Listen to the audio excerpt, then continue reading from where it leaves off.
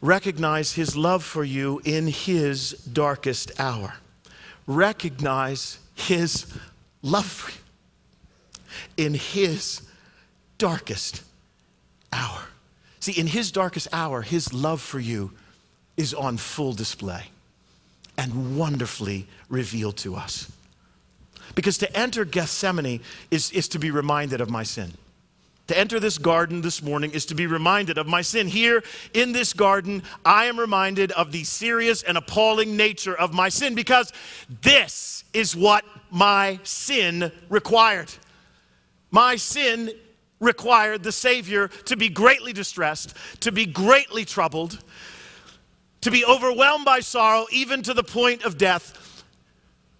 My sin required this, in effect, of the Savior.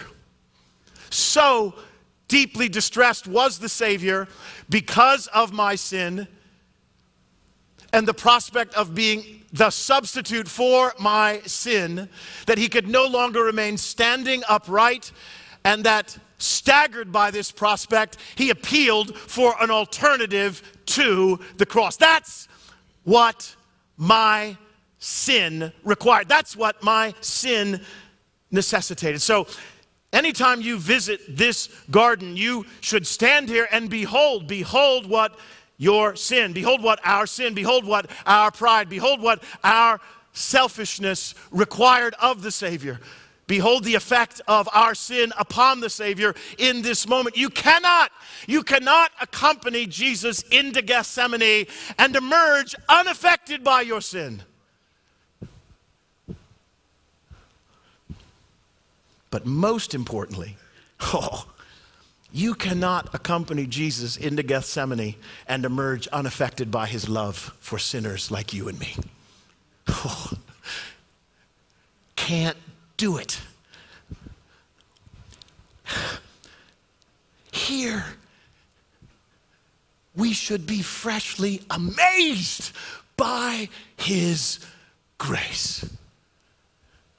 This is what it means for us. Listen, fasten your eyes on these most precious and powerful words in verse 36. The final phrase in verse 36. And he said, Abba, Father, all things are possible for you. Remove this cup from me. Now, look carefully.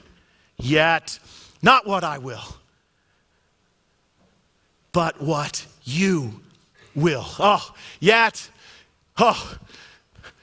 Not what I will.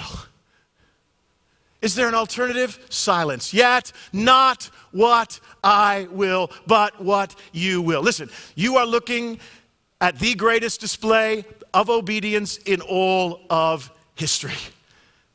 The Savior's soul was crucified here in the Garden of Gethsemane before his body would be crucified on the hill called Calvary.